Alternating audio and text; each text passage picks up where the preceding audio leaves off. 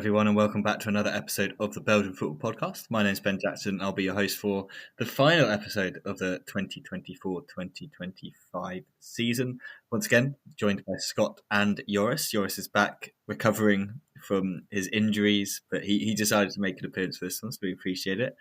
I'll ask how you're both doing. I'm sure you're doing okay, but are you guys, how do you feel? End of the season? Are we sleepy? Are we ready for a break? Or are we kind of sad that it's over? Like, what's the mood at the moment in the Belgian Football Podcast camp?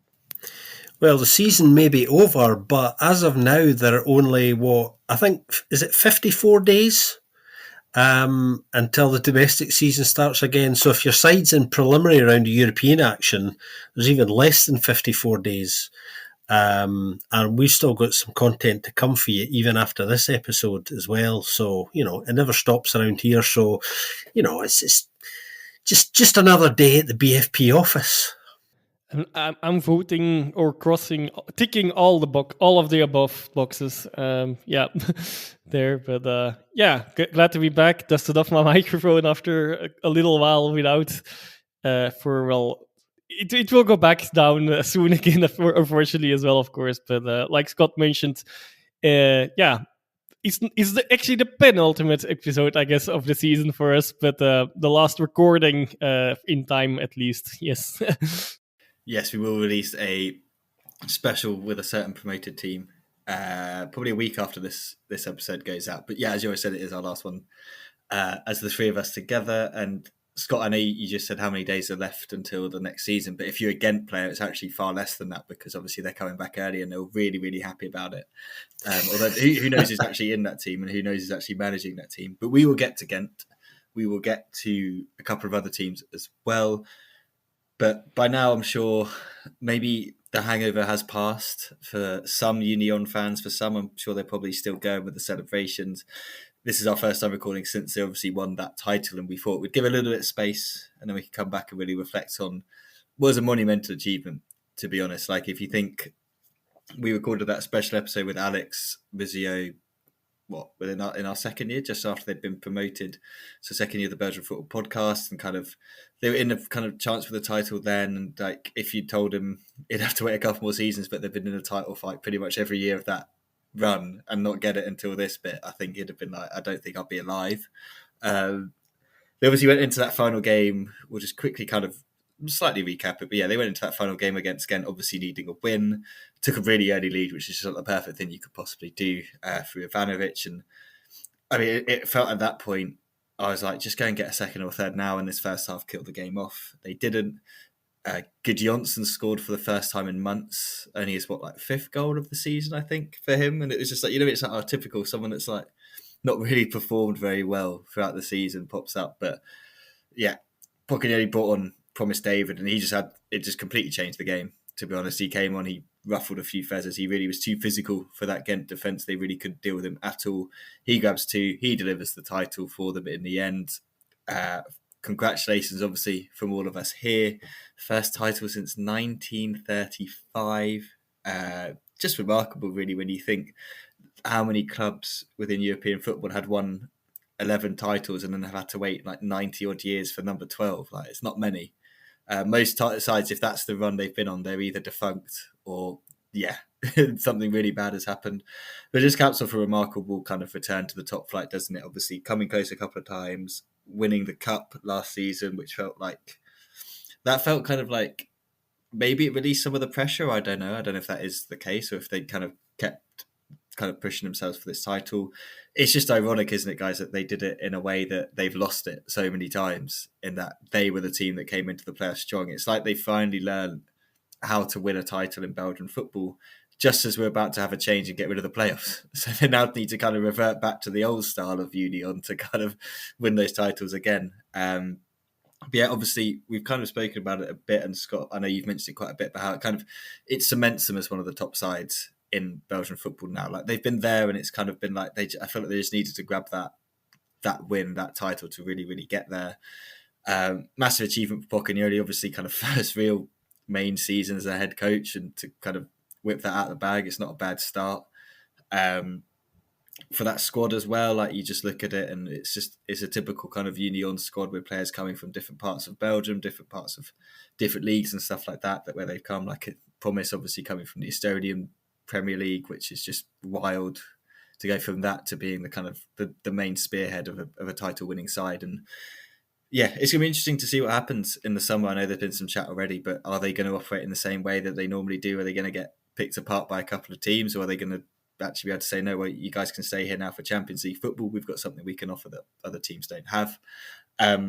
It's kind of up in the air. We'll see how that goes. Just to quickly talk about Club Brugge, you, in theory, had a really, really good playoffs as well in terms of results and stuff like that.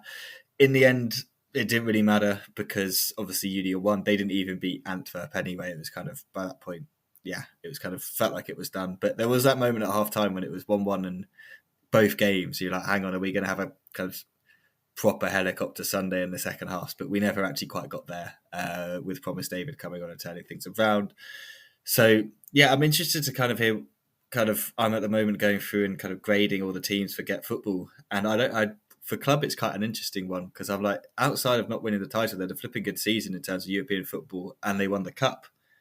But the league is such an important trophy for them that it still feels like it was not as good a season as it could have been. But yeah, I think in the end, they just were beaten by a better team in the playoffs, and they've been there on the other side of that shoe so many times. So I guess it's kind of, they can kind of understand it as a fan base. And I think they have, like, from what I've seen. I think the more frustration with club fans has been Gent fans celebrating Union winning, which, I mean, that's just what happens when you have rivalries and stuff like that, doesn't it? But yeah, I'm sure you guys have your own thoughts on any things you want to say about kind of Union and this title and your own reflections. So feel free to jump in. Obviously, it's a slightly different episode to how we normally do things because of this. Some of the games are just not worth talking about when a side wins their first title in 90 years. Well, if anything deserves a pitch invasion, it's winning a title after 90 years. I mean, that there was a bit of talk coming into the game about whether there would be a pitch invasion or not, and I wasn't actually sure that there would be, but when it did come, I thought, yeah, why the hell not? They've absolutely kind of deserved it, particularly under the circumstances as well. That weight of history, it's quite something. I had a friend get in touch with me a few days after that big weekend, and he said to me, right, hang on, let me get this right, because this was somebody who doesn't follow Belgian football closely. He went, hang on, right, so it's been 100 years pretty much since they won their last title. Is this their first title? And I had to explain quite quickly and simply, no, actually, if you stack the numbers up, they are the third most successful side in terms of championships, but they've had to wait 90 years for number 12. Just extraordinary, really. Here's the thing. I mean, Ben's touched on this idea that a lot of football fans have had, including people who follow Belgian football recently, about everybody loves Union Saint-Gilloise, the plucky underdogs. That's not a moniker that they can really benefit from anymore. Because without a shadow of a doubt, they are a top club now. There have been attempts to play this down slightly. I think in financial terms, in comparison, obviously, to some other clubs, you could argue they're not a top club. But I think in terms of their consistency and their credentials in being consistent title challengers, it is a separate issue to maybe their financial muscle, which, by the way, is increasing anyway because of the successful nature of their transfer business over recent years. Obviously, European football has brought in more money. Champions League football now guaranteed is going to bring a lot more money. I don't think Union are the sort of club who are going to go now make that classic mistake of completely breaking their wage structure and all those stupid things. That's not going to happen. I think they're going to stick to the plan. It'll be interesting to see who sticks around, who doesn't. I think there's more wiggle room for even if the phone is picked up and there's interest in a few players, those conversations become a bit different now. Now there's a bit more money to play with in Champions League football. It looks like Pocagnoli's going to stay, despite a little bit of interest in him. All indications are that he is going to at the moment, which I think is actually a really smart decision, because you've got that challenge of, can we go and do this again now? Because in a way, there's no reason why not.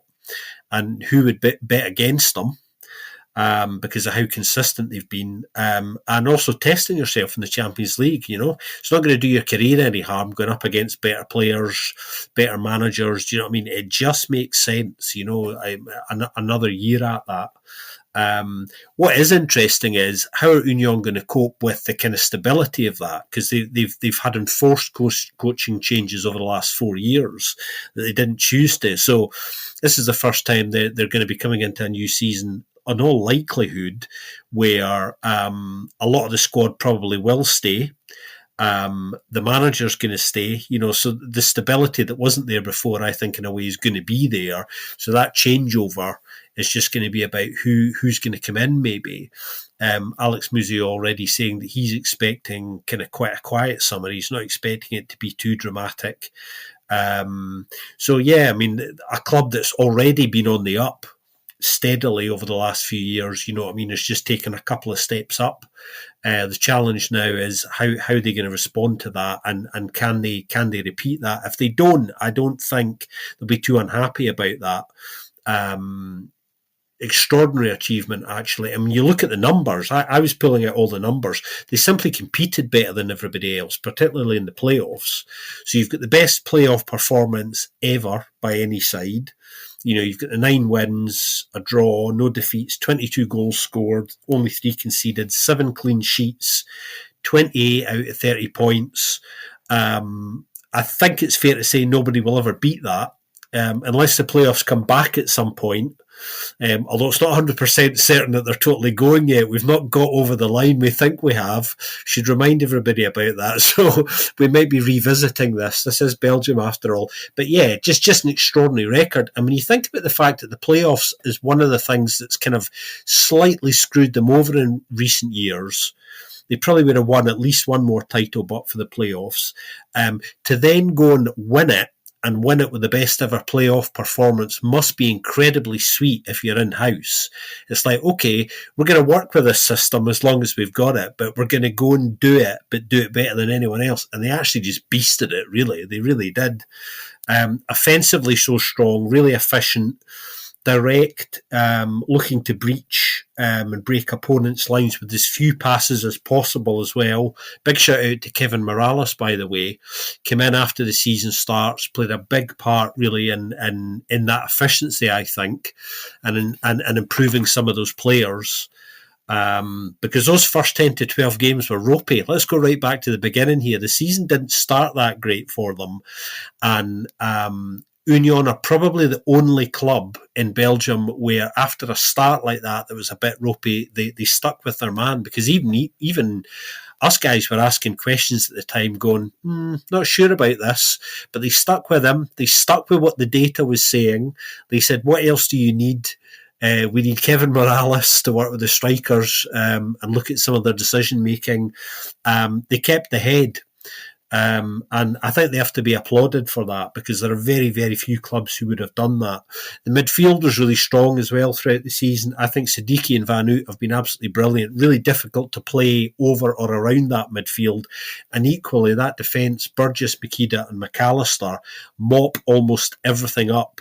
Sometimes, they push the boundaries a little bit to do that, particularly Big Burgie, who, likes a bit of shithousing and pushing things a little bit, but that's just naturally his side of the game. Defensively, nobody's really been able to kind of breach them. They don't give away a lot of shots. So in all areas of the pitch, they've been really, really strong, and just grown as the season's gone, and underlined that Belgium is all about the playoffs. You can hang on the coattails of anybody. If you get your house in order for those 10 games, it just shows you kind of what can happen. Because conversely, I think Joris' side, who, Genk, who were superb through the majority of the regular season, I think just obviously the aspects of the pressure in the playoffs didn't quite come out. the way that they would have hoped, and some interesting conversations around that. And Joris has just dropped a really, I won't repeat this one because we'll probably talk about it, a very interesting comment into to our group chat there about, an external factor perhaps that Gent can do nothing about that perhaps affected the way some of those decisions went in those games. But yeah, just a brilliant playoffs from them, pretty peerless. And it's going to be really interesting to see where they go next and what they decide to do, particularly when I don't think they're going to be silly about this. I'm not going to go too much into that anyway. I'm not going to talk much about Genk in this episode, I promise, for sure. Anyway, but yeah, a few comments on things that Scott said, I guess, more like all the praise for Union. So first of all, that, I guess, congratulations. Indeed, 28 points out of 30. Difficult to beat that, especially with hope. Maybe one season left, only of the playoffs. Hopefully, it's more your side of things, I guess. Like even despite recent years not being fair, very very easy on Genk, and I am still the most leaning towards the playoffs out of all of three of us, I'm sure. But yeah, regardless of that, like, Burgess actually was probably the least annoying one of the defenders in the last couple of months, which I guess tells a lot in one way. And I mean, you can see this in both ways, of course. This is probably a good thing for them because, like, yeah, they did pull it, that fighting spirit, that grit to a next level at times. As an opponent, definitely frustrating one as well. But that's, of course, what you want to do to achieve as well when you're in that position. But yeah, they just played, and 7 clean sheets as well. Like, I mean, I also still have a feeling it's not the most not the Union squad that has had most talent in the recent years, but indeed they get it over the line this time. True team spirit and then literal fighting spirit at times when needed, almost at least, and just really having clear instructions, I guess. Indeed, also strange other thing that Scott mentioned, Miralas. I mean, he was technical director or sportive director at what if again became defunct in Aalst, like more of that. It's not really a traditional club, I guess, but still like a blast from the past in lower regions, trying to get back for forever. They go defunct again, and like he's without a job, and then like he gets a call from Uno, and like and additionally also like it's not that he was the most prolific striker himself. Some seasons, yes, but like it's not that he was a natural goal scorer as well, but definitely one that would have fitted the Union system, though, as well, of the current Union system. So that's maybe also indeed, in that sense, a very smart appointment. Pocoyoli staying, whether that's actually going to be the case, of course, we'll have to see over the summer. But could also, again, go both ways, I guess. Like also, like all things, like stability, it might be good. On the other hand, we also know managers have their runtime. Any manager, especially in Belgian football, and like, yeah, I mean, maybe some things work for one season, but then the playing squad, if that indeed also stays quite stable, that might have the adverse effect. But okay, that's looking towards the future. I'm sure Alex Muzio and other directors and the board at Union are already looking at that. But apart from them, nobody around Union should care about that at the moment, of course. I'm sure they're still celebrating as well. So yeah, well done. Other comments on both what both of you guys said. It's not really entirely onto Union. So I mean, you both already praised Union a lot. I completely go with that. I just want to stress that as well, but I don't have much more to add on that. But Club actually only won one of the last 3 titles now, so that kind of goes a bit against that narrative of like, okay, they did come that one, they won indeed with coming back in from defeat in the playoffs. Okay, I guess we can extend it to the last 4 seasons, and it's indeed twice. But yeah, last year spectacular, I guess, and the other one time, so 4 seasons ago by now, was okay coming back, but not as spectacular. The difference was not as big, I guess. But yeah, of course, Union did get back at 2 teams this time, of course, as well in the playoffs. Held on in one crucial game. Things could have gone so much different, even in the final game in the end. Actually, I guess I think everyone was still more or less confident when it was 1-1 at both games. But well, let's not forget. David only scored his first one, and so the 2-1 for Union around the 17th minute. So what could have been if Club Brugge would have taken that lead, because that's another maybe invisible title deciding factor, external factor. How would Union have coped with that pressure? Ultimately, I feel like Gent were the most gullible opponent for them, I guess. So they could. I've given a feeling it probably would not have mattered. Okay, also have to maybe highlight that in these playoffs as well. Club Brugge actually had a really good run as well. They still had one of those runs. Was it even better than last year in points, or close to it at least? Yeah, because of the draw in the last game, probably not. But still close to it. But yeah, just the playoffs were indeed like a 2-horse, maybe 3-horse race, because of Genk still beginning in the lead. That they fell off quite early, of course, but the other side couldn't do much or anything at all, almost against them, with just a few exceptions. That's has been crucial as well to get both points hauls so high for them as well. Congratulations, Union. Club Brugge.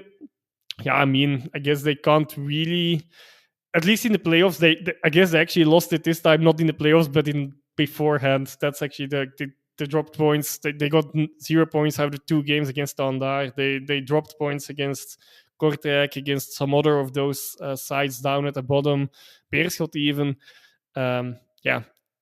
One or two different results could have meant a completely different picture, of course, as well. They had a good run in Europe. They had a really good run in Europe even. Of course, they won the cup as well. Still probably stings a little bit because still no double for them. It looked like this might be the year, but it wasn't to be. But they will have chances for that in the upcoming years, I'm sure.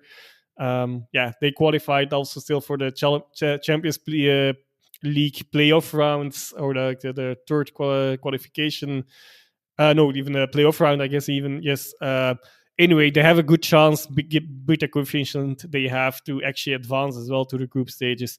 So if they manage to do so, of course, we can't say anything of that's really has some weight already, because we don't know their opponent there. But they might have a chance to get in there. Then they will be happy to have had this season still, I guess. They don't really have anything to, apart from those games in the regular season. They have nothing to really to look into the mirror about, I guess. Actually, just a bit of luck in 1 or 2 games, and it could have looked differently. And have to give it as well, of course. Like I said, Union came from even in a worse position in the league, even at the start of the playoffs still. So okay, in a sense, they have lost it in the playoffs, Club Brugge then, and Genk, of course, but to narrow it down at Club Brugge and Union. But these games, I guess Union did not steal any points there, but it was a very narrow margin, so it could have gone differently. Very tight race in the end, and 2 sides that really were ahead of the others in terms of the playoffs, at least. Yeah, definitely. Nice summary from both of you guys. And Joris, you just mentioned the European tickets, so I'll quickly run through those before we talk about what happened with the other one, the final one, I guess we can call it. So obviously Union straight into the Champions League, which is great for them. Club obviously in that qualification round. I think if you wanted a Belgian team that needed to qualify to give us 2 Belgian teams in the Champions League, Club are probably the team that you want to be having to do that, because they're the team you probably put the most faith in out of all of them. We've seen Anderlecht lose to a terrible Vitesse team in the past. We've seen some proper rubbish, to be honest, in qualification rounds, haven't we? So club don't let us down. 2 teams in the Champions League would be huge. Really, really cool. Then obviously, Europa playoff for Genk. Second preliminary round of the Europa for Anderlecht. And then we've got the conference preliminary round, which was the last one that needed to be decided. Antwerp obviously had kind of wrapped that position up quite early. They went to face Charleroi. And so I'd been going into this thinking this was going to be a 2-legged affair. But then Scott kind of told me, no, it's just 1 leg. I was like, well, that just seems ridiculous. Absolutely ridiculous. Those sort of things, just anything can happen sort of thing. I don't think it really rewards you for where you finish in the season, because anything can happen. Anything did happen. Parfait Guegon with a 95th minute winner to put Charleroi into the Conference League preliminary round. Well, I don't know how that's going to go.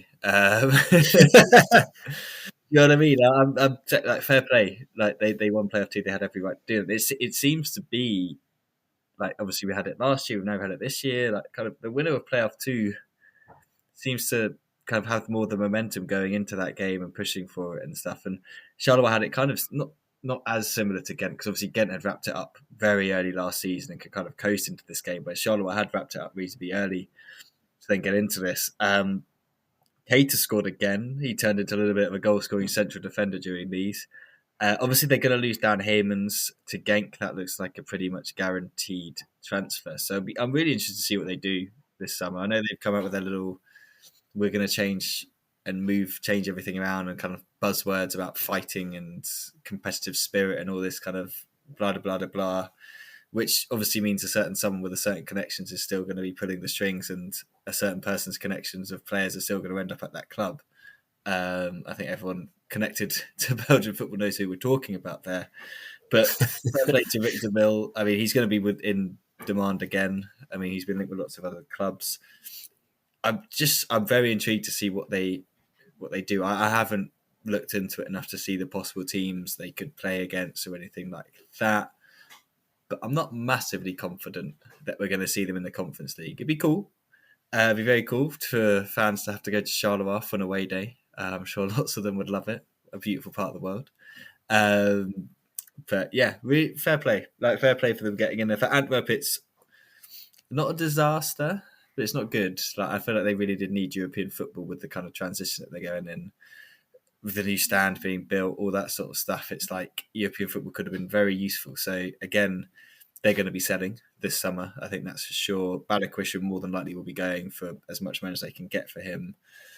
Wouldn't be surprised to see someone like a Doumbia leave for a little bit of money as well. A couple of the other young guys, Lamans as well, they're probably going to want to cash in on him this summer just to get some money in. Janssen's probably going to have to go. I don't think you can afford to keep him with those wages and stuff like that. So yeah, it'll be interesting to see where they pick out their 36, 37-year-olds for next season with incredible goal-scoring feats like Sharon Cherry and people like that. But yeah, your guys' kind of reaction to that, because I was surprised, but I was also like, this is just what happens if you make it a one-legged affair. Like, anything can happen. And then, is this good for Belgian football? Maybe not overall, but for Charleroi, fair enough. Like, back into kind of a European contention, you've earned the right to do that by winning this one-off game. Well, why have a two-legged affair where both sides play home and away when you can do it the Belgian way, do it the surreal way, and just play it over one leg? I had a feeling actually coming into this that Charleroi and Valence were likely to win it. I just felt their form suggested that, you know, it was going to be pretty close, and it was close. 95th minute winner. You know, could have went either way. Really in the end, but Charleroi got over the line. Their form actually in the playoffs was really very good. I mean, 6 wins across the playoffs, 4 from their last 5, and 7 wins actually if you include the win over Antwerp in the European playoff.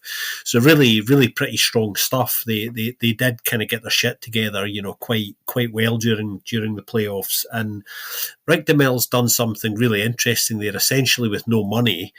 And that is, you know, get that squad together and kind of get a spirit in the camp that's bought into what he's kind of trying to do. Ben was talking about how there'll be a lot of interest in Rick over the summer, and that's not surprising. There has been for kind of quite a while. Charleroi have been pumping out a lot of social media content over the last week and a half that suggests he's going to stay, and talking about their new strategy. What is it? Work hard, play strong, some other nonsense, something that, I've already forgotten the actual wording of it. Although Mehdi Bayat did say we might bring in a sporting director, but if we do, they're going to have to work within the boundaries and structures we've already put in place, which, if anyone knows how football works, is an instant red flag, because, the sporting director is the person who sets those boundaries and puts those structures in place. So, that's just, crazy talk. But nice PR exercise all the same, and some nice photographs out there. It's really interesting to see where Rick's going to end up. He might end up at Antwerp, funnily enough, us talking about Antwerp and Charleroi. They are reportedly very interested in him, and I think in lots of ways he'd be quite a good fit there when you consider the direction that they're on at the moment and going to have to continue going. I think losing this European playoff, bit of a disaster for them for a few reasons, really. A lot of their season kind of rested on a way. They made the decision what feels like forever ago now to sack De Roque, which we all still think was quite harsh and looks even harsher in retrospect now. Ulderink hasn't done anything, not that we really expected him to. They're going to make a change. We don't know who's going to come in yet. They are going to have to sell, which was always going to be the case anyway, but there's now even more of a pressure to do it because there's no European money coming in. The new Tribune 2 is obviously being built.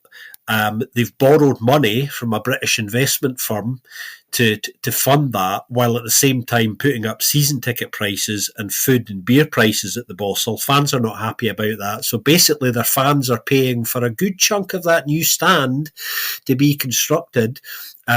So, the natives are not really happy about that arrangement, and I can see why, especially when you don't have any European football to look forward to.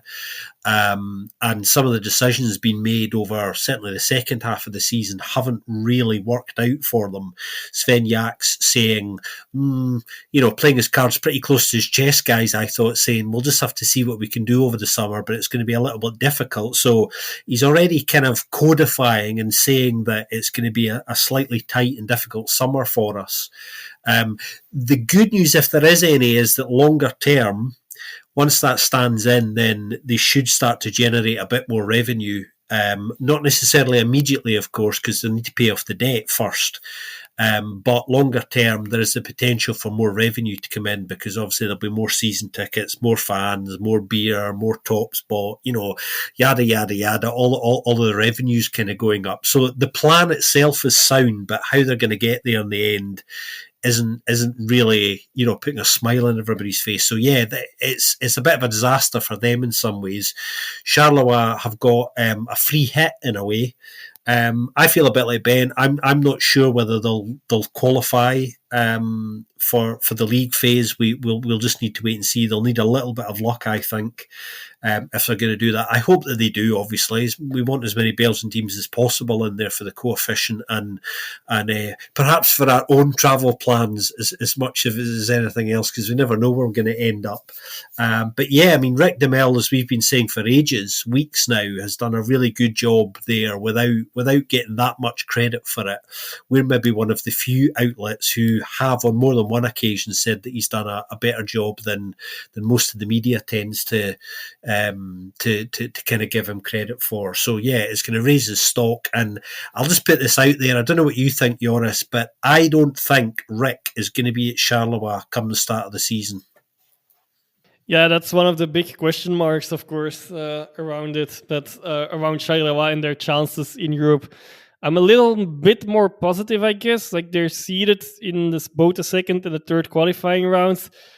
But then the fourth round, they will need some luck. Of course, if they already get there being seeded, of course, doesn't mean you go through. But provided they go through to that round, yeah, then they are unseeded, most likely. Depends a bit on the results of others, of course. But there you can... You can go between Fiorentina, Nottingham, towards Shamrock Rovers, Jagielloniani, Bialystok. Different kinds of opponents. You're not certain to win any of those ties, but there are certain that are still winnable on a good day, maybe. And some that you would not expect. Bialystok so again, no, Lulu's going to destroy him. Yeah, exactly. No disrespect to any of those sides mentioned, but just like, I mean, I think everyone sees there's a different level between them. But of course, also like the managerial question that Charlie is one to answer. In general, of course, like Ben was saying, Hermans is probably already not staying.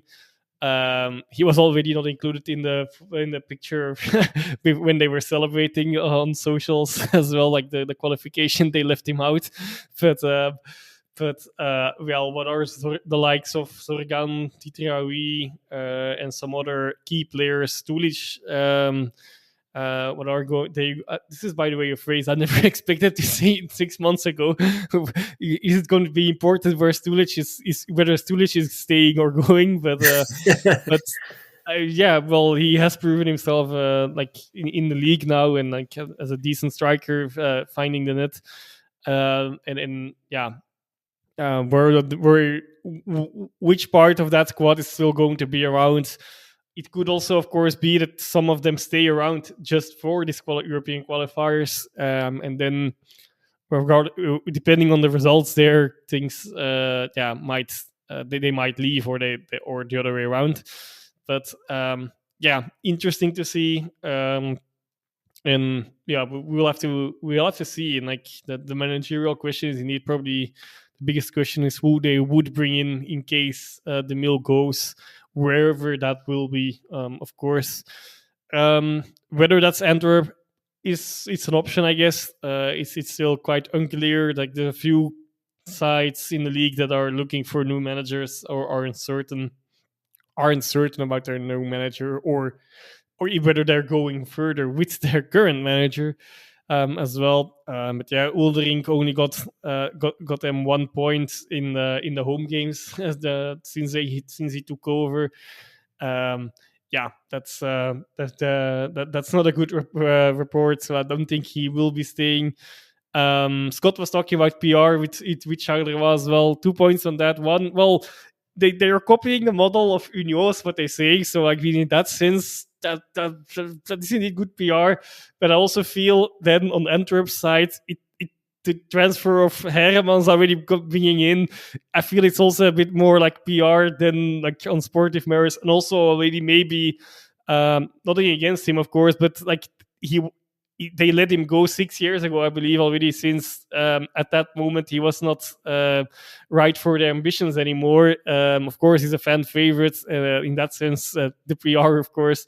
But now bringing him back, while he is a really good player, but he's definitely not a better player than he was 6 years ago, but just because of the natural aging.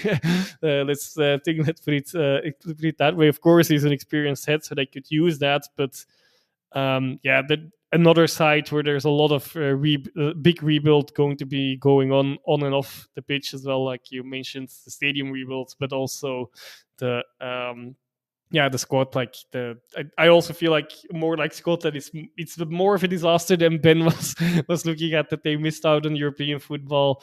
Of course, there are other things, but it like the few millions it would bring, at least they are very welcome at Antwerp at the moment, of course. And we'll have to see who will stay and who will go with them as well. And again, the managerial question.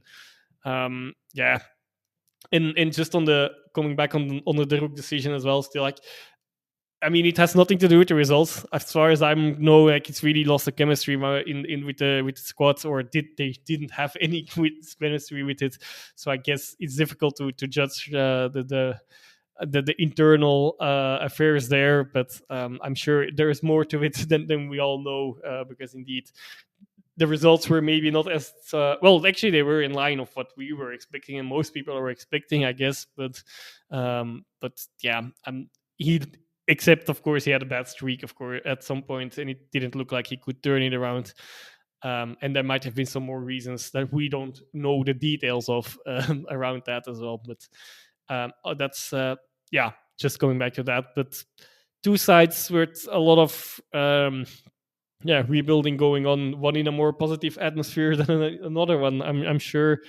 And playing that game in one leg, I guess it's also just like you have to give the playoff side a little bit of an advantage, I guess, like for being there. That's the reasoning, I guess. Whether you actually have to, I'm not sure, but like I can also imagine like nobody really wants more games at the end of this season.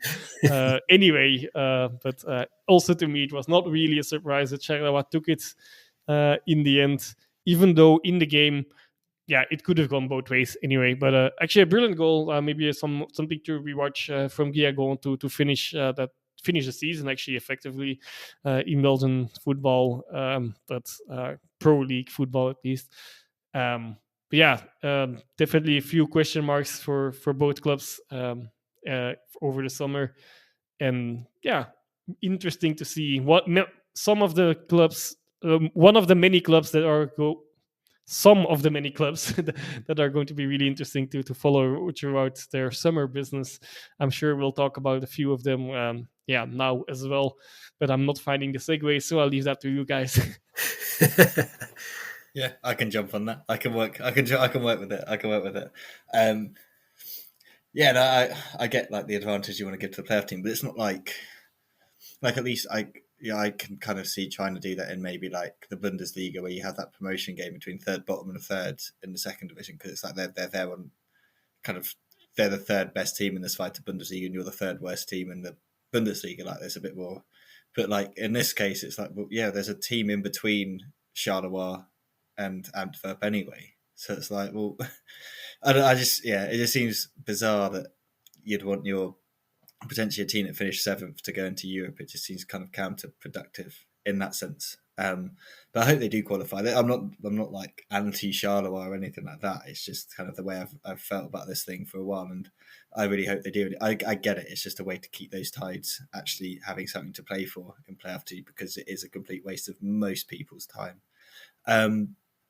We'll kind of talk about that team in between those two sides. We thought that their managerial hire of Daniel Milosevic was a disaster, and it was a disaster in the end, so that wasn't a surprise, was it? And we've kind of been right about two of those so far. David Huber, we thought was a terrible idea from Anderlecht. It turned out to be a terrible idea. Milosevic, we were like, that's a terrible idea. It turned out to be a disaster. They're now on a massive rebuild. They've lost loads of players. We'll get to that as well. But the third one that we thought was probably going to be a disaster, and me and Scott were like, if he doesn't win the cup final, like, there's no way this man's going to get the job. Like, he has to win the cup final. And Joris was like, I'm not sure. Like, I think he can lose the cup final and get the job. And it looks like he's going to get the bloody Anderlecht job. Commiserations, Anderlecht fans. Again, like I've said in the past, this is nothing against Besnik Kasi individually or as a person or anything like that. It just seems so short-sighted, and you could just see like the lack of kind of vision and clarity within the decision-making structures at the club are just so evident with a decision like this, to be honest, rather than waiting it out and kind of seeing who's on the market and potentially finding someone else. And apparently they had been looking for some people, but they've kind of swung quickly back the other way, which suggests that maybe... we know there's probably split decisions, split kind of ideas within the camp, and some people's decisions are weighted a little bit more strongly than other people's decisions. And unfortunately, if you're the sporting director, that doesn't always mean that your decisions are weighted very strongly. We've seen that in the past. I guess for them this summer, at least, they need to be far more active if Hazi's going to have a chance, because as much as Riemer had his detractors and he had his problems and he wasn't a perfect manager, he was pretty much hung out to dry by a terrible summer transfer window last season. Like, the man had them competing for the title for most of the season until those playoffs, and then over the summer you give him no defenders. You just don't even put a capable squad together, and you expect him to do something with it, and then you sack him for it. I think he was harshly treated. Whether I know some Anderlecht fans didn't rate him or anything like that, but he was harshly treated with that. Hazi, like, I feel like he's got even less wiggle room than Riemer did. I feel like when they get into September, if they've not won a couple of games, he's going to be under so much pressure from that fan base, and the fans are going to be like, "This, what are we doing?" And it feels to me like they've set themselves up for another wasted year of football. So we'll see how it goes with that one. But yeah, we'll touch on that very quickly with you guys' thoughts on those two: the sacking, obviously, of Milicevic and the hiring of Hazi, and then we'll round off this episode with a little bit more positivity with players of the season and a young player of the season as well from each of you and myself. Well, where to start with this one? Well, I think I might find myself writing a piece for my Substack in a few days with some deeper thoughts on the Anderlecht situation at the moment. I had some thoughts rumbling at the back of my mind about that today, so it's something that's I probably will come back to. But yeah, Besnik Hazi getting the job. I think they've just got probably the biggest decision that we're going to have to make all summer wrong. I just think there's a terrible assumption behind the stability aspect of offering him the post permanently, and an assumption that because he knows the house, to use the phrase, that is going to somehow have some kind of currency that it doesn't really. The bigger questions are, what's the strategy and what's the vision here? If it is to rely on, what Anderlecht are famous for, and that's developing youth, well, the honest answer there is they don't have the advantages there that they did in the past. Neerpede is still a great academy, but it's not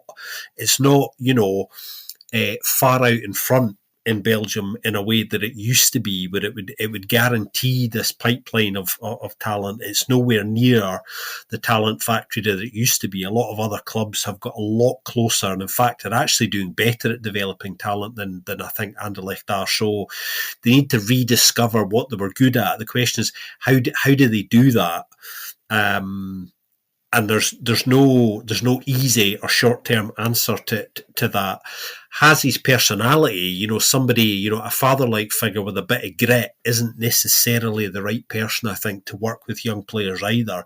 He doesn't have a particular track record as far as coaching goes in that sense, despite his connection with Anderlecht. Do you know what I mean? So it's an odd choice. So I don't know what they're signalling here.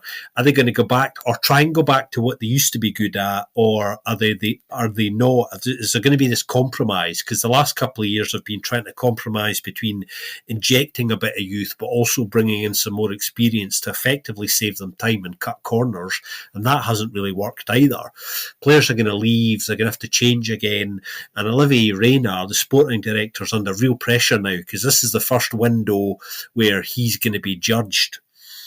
So who he brings in this summer is probably going to determine the majority of their season, certainly. Of course, there's two windows. We've obviously got January to come later, but the summer is the more important one, the bigger of the two, and the one where you normally have the most influence. So the pressure's really on him to put together a really decent squad for Hazi to kind of go and work with. So we'll see what happens, but yeah, I'm not sold or down with that decision at all, and I don't think a lot of Anderlecht fans are. On Milicevic, none of us thought he would see out the playoffs after the way it started to tank, and that's proven to be the case. Chaotic situation inside Gent at the moment. I don't think, much like Anderlecht, a lot of sporting confusion on the decision-making side structurally. Who's in charge? Who's making the big calls? There's no clear line of decision-making. These quite simple competency-based things need to get sorted out inside both of these clubs if they're actually going to have a chance. So we've got a situation in Gent now where Sam Barrow, who is the owner, the chairman, the CEO, I don't know what Sam does. I'm just going to put this out there because he's brought Louagie back in on a consultancy basis, who obviously had huge influence in the club until he stepped away a while ago as part of Sam Barrow coming in. Louagie now basically has free rein to look at the structure, appoint a new coach, decide if Vidarsson is staying as sporting director, who looks like he's been sidelined to a large extent. Then we have the influence of Kiel Fjord, who is a close business contact and friend of Sam Barrow's. what's his remit in here? There are whispers that he does have quite a heavy say in the sporting side of things. So it's just a mess inside Ghent that they need to sort out. They're going to be downsizing. There's going to be a lot of change in the playing staff.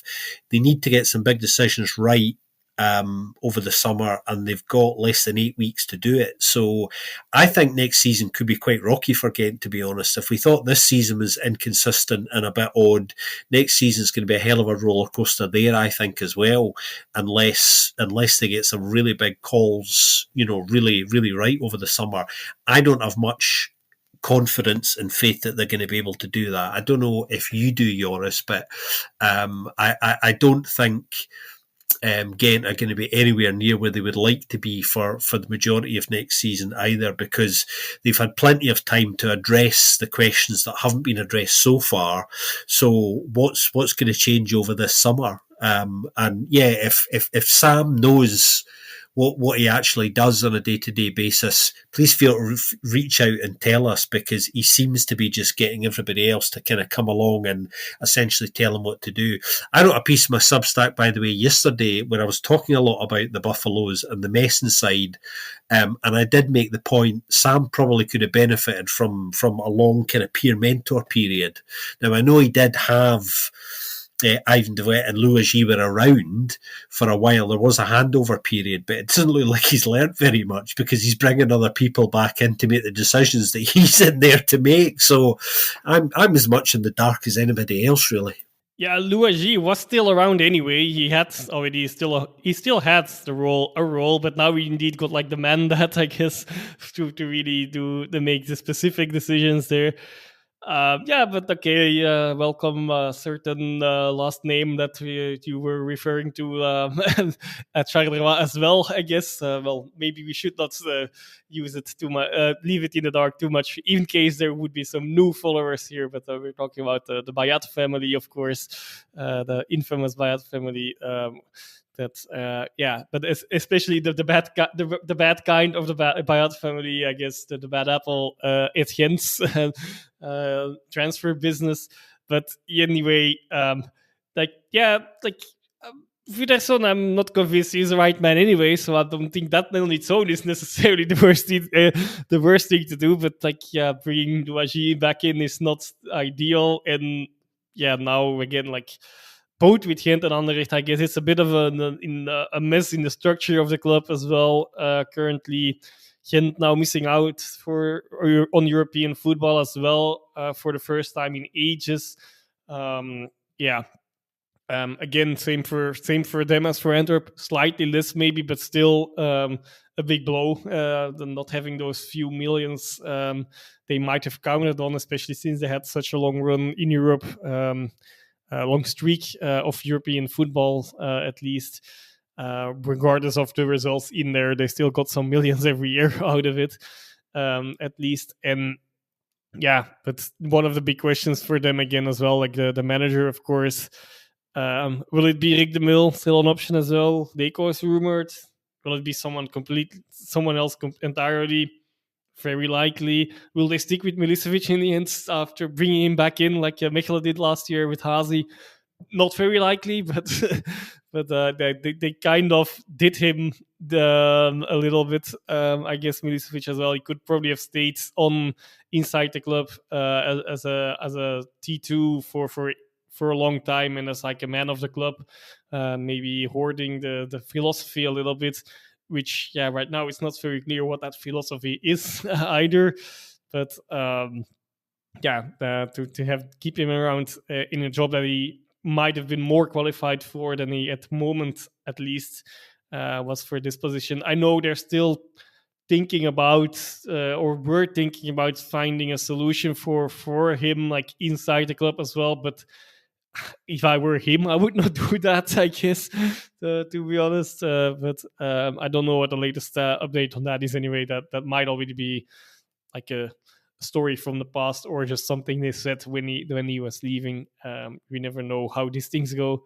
But definitely some things to clear there. Very little budgets to bring people in. The current squad is not you need to clear out some of the current squads. experienced setting. Kums also leaving, of course, retiring from football might have an impact in the dressing room. Which there's also rumors that it was not the best dressing room ever either. But okay, maybe that's something that automatically gets sorted, and it's not the worst thing then this summer with some players leaving. But yeah, you also need to bring in the replacements, and that's the big question. Yeah, also who is going to score the goals? Max Dean, he will be coming back, of course, eventually, but in which form will he come back? And was he that convincing as well? Anyway, I think will take time for him to adapt again. With the injury he has, it's also not unheard of. I know the sports medicine has really improved a lot here, so like it's not as dramatic as it used to be, but it still can leave a mark on players and yeah, bring them not back to the same level they were before. And then also, like, I'm just referencing him because I was not entirely convinced by him anyway, but still by far he was still their main top scorer, even with missing yeah, half of the season in the end, more than half of the season, probably even in the games when you just count the games in the league at least. But yeah, lots of things to do there. Again, to both sides also in a rebuilding phase, I guess. Anderlecht, yeah, sticking with Hazi. There, the funniest thing I read last week was the opinion or like the comments of like when the rumors were there that he would be staying. Like, yeah, who else? But okay, who else would take the job? Well, I'm sure there's plenty of candidates. I mean, like invaluable candidates as well. Like you still have a big name. Okay, yes, obviously the last years it's gone downhill a bit. But that also gives opportunities for certain co-managers as well that do believe in themselves and that they can actually, yeah, I mean, it would be a big achievement to get something with Anderlecht at the moment, which, I mean, I'm sure the expectations are lower anyway after such a long time, so people will be a little bit easier pleased than they would have been 5 years ago, to name a random number. And I mean, so far they also, like, this season was quite bad, but okay, still got European football. Yeah, in the past 2 seasons, it's a bit topsy-turvy as well. It's like sometimes they've had one really bad season, maybe 2 in the last 5 years, but the other 3, like, okay, not at the levels there used to be, but like at least in position in the end, in the classification, they maintained some kind of level, even though they're waiting for a first top 2 spot, of course, as well for since quite some time now, but it's still an attractive position. So this question of who else, it just made me laugh, to be honest. If that's a criterion to keep on the manager who has not really actually managed his goals or did the bare minimum, yeah, then there's some more things wrong, and we know there are more things wrong. It's more in Andre's case, it's you can clearly now bring it back to like the internal struggles inside the board and between some people, to name them Van Houten and Koeken, of course. Like it more and more clearly in the media, they're fighting a little bit and giving opposite views and yeah, trying to save face, which also has to do with, yeah, maybe also with the appointment of Renard, also with Borgé becoming the CEO of sports, and just the whole, yeah, it's just all of a power struggle inside the club. It's just becoming more and more clear, and at the moment that is at the detriment of both the playing squad, I guess, and mainly the fans, I guess, as well. But yeah, that's yeah, and I do feel that sentiment as well. Like Ben is saying, like keeping Hazi on, like it feels a bit like throwing the next season already in the garbage bin as well. But he can prove us wrong, and 2, of course, we don't know if it's really that bad. The change might come soon, and maybe that's the right call then. Okay, all speculation here, of course, but like, I mean, we don't know. like it's clear after this whole episode already. I guess it's like a lot of teams are like in a build-up phase and are very unclear in their strategies. So we don't know who will come out of the summer stronger at the moment. It's very difficult to predict.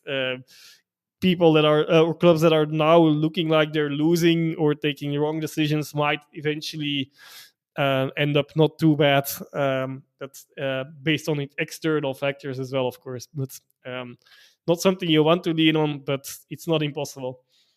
It's going to make that pre-season prediction all that more difficult, isn't it, if things don't turn around for some of these teams? And yeah, I think you kind of, what you've just mentioned at the end, Joris, has kind of made me think that the three teams that were way ahead of everyone this year are the three teams that could probably be way ahead of everyone next year as well, because they seem to have a much clearer kind of process, identity, system, style of play, how they're going to run the whole thing, like who's going to be where. Like, you can see them losing key players and they'll actually go out and replace them and do something about it.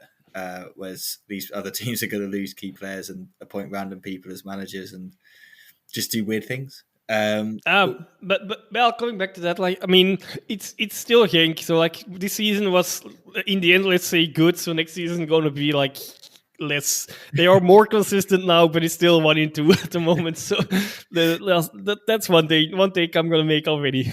At least you know who your head coach is. At least you're in that position. He's got the contract for life, so it's fine. He's there forever. Like Mr. Burns said in one of those Simpsons episodes, "Don't forget you're here forever." That's what. And Hasi as well now, though. And yeah, I can see that. I can see Anderlecht being run like the nuclear power plant in Springfield. That kind of is quite fitting, isn't it? Yeah. Smithers and Mr. Burns are kook and thingy. It kind of works. Slightly weird analogy, but we move on. Just a quick bit of other news, and then we'll jump to kind of players of the season. Unsurprisingly, after the season, Cercle had Voorman is out, so they are looking for a new sporting director at Cercle Bruges. Not really surprising given the kind of the poor season that they had. They could have spent money. They didn't spend money. They've stayed up. That another side that's going to be in an interesting spot coming into next season. In the second tier, a little bit of news. Igor Di Camargo, who should have been the coach of Molenbeek going into the playoffs, wasn't the coach of Molenbeek, has now left Molenbeek to join Frank Borans as head coach. So good luck to him. He's been eyeing up a kind of head coaching job for a while, and hopefully he's going to kind of be able to really sink his teeth into that and show us what he can do. And another person that's got a head coaching job is Jean-Claude, obviously formerly of Oostend and Kortrijk as a midfielder. He's now gone back to Kortrijk to become their head coach, and they've been active. They've signed a couple of players as well. I think well, obviously we'll speak more about those two managers and how their squads are looking when we do our Challenger Pro League preview. But so far, yeah, like I think Kortrijk seem to be moving in a similarly right direction. I think on the face of it, I find that quite a positive hire. That wasn't a who else kind of hire. It felt like they've said, right, let's go with a young head coach taken from the Club Brugge kind of tree of coaching, because so far people that have gone into that system have come out pretty well. Rick de Mille and Nicky Hine obviously have both come kind of technically kind of gone through that system now, and they've done pretty decent jobs. So maybe Jonker is the man to kind of come at that reasonably well. But yeah, we'll see. Obviously, we've got that preview coming, and we will have a Pro League preview that I know pretty much everyone always looks forward to. It is by far and away our most popular episode, and I'm not surprised. There's just something so exciting about that pre-season kind of diving into all the teams. And we obviously love doing it because we sit here for hours together, longer than the actual recording, going through every single side. Some of the players we're about to mention might be in it. They might not be in it. We don't really know what's going to happen with a couple of them. We'll start with player of the season. Scott, I'll give you the first go on this one. Joris, you can go second. But then for young player of the season, Joris, you can have the first one on that to kind of jump ahead of Scott. But I know Scott sometimes loves to throw in a little left field kind of drop into these things. So who knows what's going through each other's minds. I feel like we're all going to be on different pages here, because I feel like Union, it's kind of hard to pick just one player, and there have been a couple of players from other teams, and some players have been really inconsistent in other teams. So I'm excited and intrigued to see who you guys are going to go for, and I'm hoping Scott just doesn't jump the gun and take my player first up. Well, you segued there by saying that sometimes I do have a left field answer to these questions. On this occasion, I absolutely don't, and I'm going to be really, really boring and agree with the Pro League's own official choice. I think Yashari has been far and away not only worthy of winning that award, but every accolade that's kind of coming his way in terms of compliments. A while ago, I saw him. I saw him play. Saw play live in November, and was just fascinated watching him that night. Getting the chance to watch him off the ball, all of these things you get to do when you're at a game. Beast of a player, you know what I mean? Somebody who, he's got a lot of credit towards the end of the season, and now that the season's ended, but I actually think he's even better than the credit he's getting. Incredible player. It's all of the stuff that you don't see that's really, really important with him. So he's probably my individual player of the season. I'm also going to go with a boring pick, but a different one. So I'm glad Scott didn't take him, but he's already been mentioned by Ben before, so it could be Ben's, to be honest. But I'm going to go with Promise David. I guess he was in the end crucial in winning the title for Union. Of course, that is a positive choice. Yashari clearly.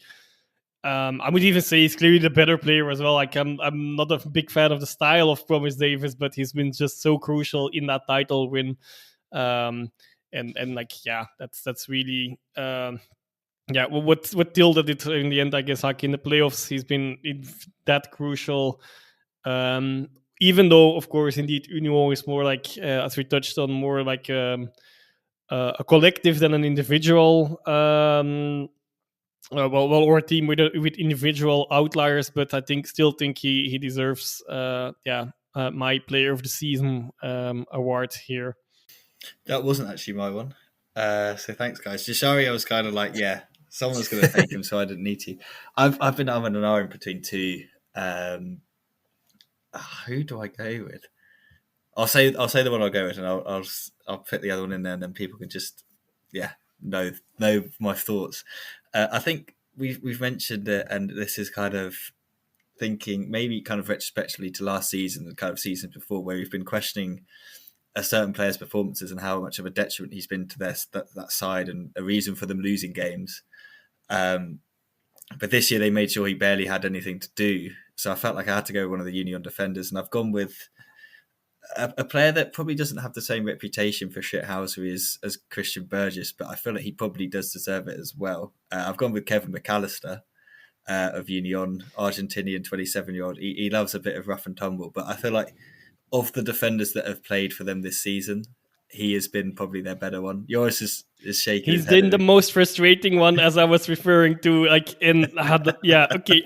I cannot agree with that choice. To be fair, honestly, that guy's willingness to put his face in front of a boot or in front of things that he shouldn't and risk instant death is like something I've not seen in any other player. And absolutely. There's a reason why that's usually not allowed as well. Yeah, but okay, absolutely. That's my counter argument there. Yeah, absolutely. I'm kind of glad he has got a mention, actually, because I've been very impressed with him from very early on, just because of his willingness to bring the Argentinian school to Belgian football. Seems to just fit really, really well with the physicality of the game in Belgium, and I've certainly enjoyed him a lot. That's for sure. Yeah, what a guy Kev is. And I can get the sentiment of getting like a Union defender in, though. That not taking away of that, but yeah, I just thought something else. Of the three that usually play there, he's been the one that's played more. I think in my bit, from what I remember, he's played more and he's been more consistent than Burgess, especially, and kind of the others. So it was between him and Solis, but I went with Kev. But I think Solis had a fantastic season, and if it wasn't for Promise David, he'd quite comfortably be signing of the season. But I think David kind of is because of where he came from and stuff like that. We'll go with young player of the season, and I'm maybe just going to wind Joris up again. I don't know how he feels about this man, but this one again, it's kind of, Scott mentioned that kind of midfielder that kind of does a lot of stuff that you maybe don't see and stuff, and that maybe doesn't get many plaudits and stuff as they kind of should. I've gone for Noah Siddiqui as my young player of the season. I forget he's only 20 years old, but he's just such an impressive player. He's really kind of stepped into that kind of midfield this season and really kind of, he's just been such a massive part for them. But he is. It feels kind of annoying to say it because it probably isn't. It's probably just the circles I'm in that aren't talking about him. But I feel like he's slightly underrated in the sense of he's not being linked with the moves that some of the other players would be from Union. But I feel like people have noticed him and people are starting to think about this guy. And especially, I think French football has taken a real interest in him, and there'll probably be a couple of Ligue 1 teams that will come in for him. But yeah, since leaving Anderlecht to go to Union, obviously a decision that he made that has definitely paid off. I think he can definitely consider that, and the way he's kind of transitioned to being that central midfield kind of rock for them. And again, it's kind of going to that defensive situation that they've had this season. He's just as much the important player as the back three, kind of putting their head in places they shouldn't put them and kicking people in places they shouldn't be kicked. But yeah, Sadiqi's my young player of the season. Joris, I'll go to you for yours. I presume it wasn't going to be Siddiqui, so I don't think I've stolen him. No, you didn't. But like, it's a really, really good shout. Like you would indeed forget that I actually forgot myself again. Like he's still only 20, which is difficult to believe. So no, nothing against that choice for sure. Don't worry. Not that you were or need to be anyway, but yeah, no, really, really good shout. And on a personal or a Belgian level, a shame he's chosen for Congo by now as well. Of course, even though I mean it's not that the national side is lacking players in that specific position, but I feel like he might be one of those that eventually, will reach a level that they also would use there. But definitely one of the a really good pickup, not of the season, but already before, but as well. That have done that quite well actually, indeed. Like picking the not only their regular scouting out of nowhere like Estonia, but also picking up players that were written off maybe or didn't really have a place in the current squads at least of some of the other top sides, which has worked out quite well for them. But okay, that's a tangent. For this one, it's quite difficult for me. I am going to be like a little bit chauvinistic here. I'm sure, but I still, even so, I'm not sure which one to pick. So that's another question. I'm guess I'll probably go for Carezas in the end. Another one of those that shows, unfortunately, already a different nationality for the other part of their duo nationality. But it's been this breakout season. It's not being consistent enough yet. It's not. But he's shown glimpses and he's still 3 years younger still than Siddiqui as well. So that's another thing to consider as well in there. I guess like he's still only 17, and what he has already shown. Yes, in his position, he still needs a bit more statistics. Even though, to be fair, it's not that bad either. But the glimpses he has shown when he was at his best, I'm hoping we will see him still next season as well. But I'll give some honorable mentions to Adrieje Sternberg as well, even though he was more like the sub coming on, and I believe, but I'll need to check. But I think Mangura still also is qualifying for the age as well in that category, who also had a really good season for most part. In the playoffs, it was a bit less, but I guess I have a feeling some of the King players came back a bit too early after some injuries in that time spell as well. But okay, tangent once again. I'm curious on your thoughts and also on Scott's young player of the season, I guess. Well, I'm going to come up with another one that some people might think is a bit boring, but still qualifies just. Someone I've been a big fan of, someone who hasn't even been playing regularly, although he did finish the season very, very strongly. Romeo Vermant, technically really gifted player, as we know, and a player who I think really interested to see where he's going to end up. The interest in him has ramped up after a strong playoff performance from him. will he start next season as club's main striker? Will he even go? I mean, basically his summer's a bit up in the air. Anything could happen with that one, I think. I think they're expecting him to stay. I think he's expecting to stay, but I think he might get an offer of two that might mean an interesting conversation will be had. But yeah, brilliant young player who, it's hard to believe he's still only kind of 21 as well. I've liked him for at least a couple of years, and he's on a trajectory that I think, could see him go somewhere really, really interesting, depending on who decides to jump first for him. Let's see if, and this is the one question around him really that hasn't been asked, that is, can he play consistently over the course of a season and do the business reasonably consistently rather than over just a kind of 12 game spell, say. That's the only real question mark around him. But yeah, I think my young player probably from pure long-term enjoyment would be Romeo Vermaat. Wonderful. I think that pretty much does it for this season. Unless you've got a goalkeeper between you. I can't really think of one. I've been trying.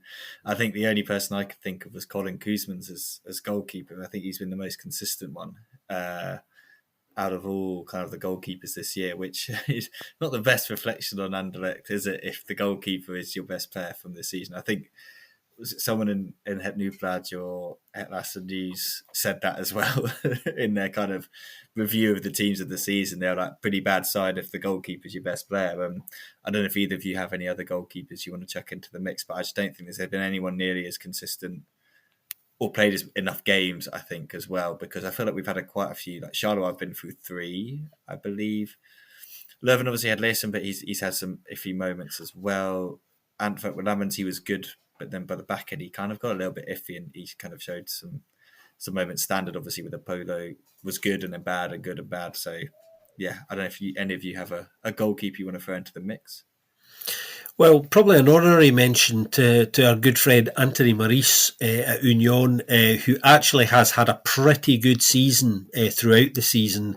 Obviously, again, he's playing in front of, a brilliant defence, so that mitigates things slightly. But that aside, when he has been called into action, he really has been very good. It's particularly in light of the fact that towards the tail end of last season now, he had a few howlers that even we had a little pop at him for. And when I met him back in at the end of January, when he was in Glasgow, he had no hard feelings about that at all, which is good to know. Yeah, I mean, Lammers maybe that's the only other one that I can think of. Indeed, Maurice deserves some redemption, I guess. I think I've always been even among us three the most critical on him, but yeah, at times, well, probably correctly as well most of the time. But this season, he also, well, yeah, he deserves some praise. With a good defense before him, of course, as well. But yeah, nonetheless, Lammers on the other hand, yeah, he had a bit much more to do. Not always flawless. I think also, like, even in that final game against Charleroi, I feel like the first goal he maybe could have done better. But still very young goalkeeper, first season really fully a full season between the sticks. Even got called up for the Red Devils as well, even though, of course, as like goalkeeper X that's never going to play, but still, like, to get that experience, that game didn't come out of nowhere. Yeah. So I think he does deserve a mention for the generally good season he has played. And indeed, one of those players, was we were talking about Antwerp, will he stay or will he go, might actually be quite crucial for them as well, of course. And I presume there might be some interest from other sides in him. Yeah, there definitely is, that's for sure. And we'll get to all of that and more in a couple of weeks' time when we do our pre-season preview. Like we said, we are done, but we do have a recorded special with newly promoted Raal La Louvière, and that will be dropping next week. So yeah, I hope you will enjoy it. It's a fantastic episode. Scott obviously has done a very, very good job in bringing that all together for you. And I really hope you do enjoy it. And it kind of keeps the Belgian Pro League in your mind over the next couple of weeks before we ramp things back up for the new seasons. But guys, once again, it's been an absolute pleasure to join you for this season. Although I have to say, Scott, massive kind of congratulations to you for kind of being pretty consistent throughout the season. I think Joris and I have had a couple of moments where we've had to go to the medical tent and get our injury sorted out and kind of be away. But you've been Mr. Consistent, played every single game, almost every single minute of every single episode. So yeah, fair play to you, mate, for doing that. But Joris as well, obviously, it's been a massive pleasure hearing you kind of suffer through Genk's end of season collapse and having to deal with the referees. And I'm sure all of our listeners are hoping that the referees do some sort of training over the summer and somehow they come back, and I don't know, maybe Torsten Fink needs to go in and have a little word with the Football Association over the next few months to kind of just be like, guys, do you really hate us? Like, can we come to an agreement here? Like, what have we done to wrong you in these past few seasons? Like, why have you got it out against us? But who knows, maybe they'll come back like that. But guys, yeah, it's been a fantastic season, and can't wait for the next one to start already. Yep, likewise. My sports science team are very good at keeping me in physical and mental shape. I will let you guys know who they are. I will pass you all of their details to ensure that fitness levels are on parity across the board next season. Enjoy the RAL special. It's an absolute belter, that one. David Vervilgen, RAL's sporting director, was a delight to talk to, and shares a few secrets in that, actually, which is nice as well, about a club who lots of people are going to have loads of questions about, who are really going places and really want to give people a run for their money next season. That's one of the things that I took out of that recording, which is really exciting. So yeah, that'll be dropping next week. Enjoy that. And I think after that will be the big bumper pre-season previews, Ben was saying, which we will be deep preparing for. I know it feels like it's a million miles away now, but it will creep up on us very, very quickly. But we'll keep you up to date throughout the summer with everything else that's happening as well. So look after yourselves, and we'll be back with you before you know it. Yeah, and to reveal some secrets of Scott's, not secrets of Scott's sports science, I think one player, or like one thing like called Gouden Carolis plays a big role in this. There are probably some other mentions to make there, but also once again, I'll vow to not to be too critical about the referees and try to let loose about referees in general. I hope they give me the space for that next season as well, but I'll try to, because I know it's useless energy anyway, but a waste of energy, and I'll try not to get that done. But thanks guys for another great season, and you both of you to be the hosts, because that's evidently not really my role in this podcast scheme. So that's definitely something I'm very happy to have and grateful to have such great hosts every week when I am available, which unfortunately was not always the case this season. But that's another thing. I hope to be there more often next season again.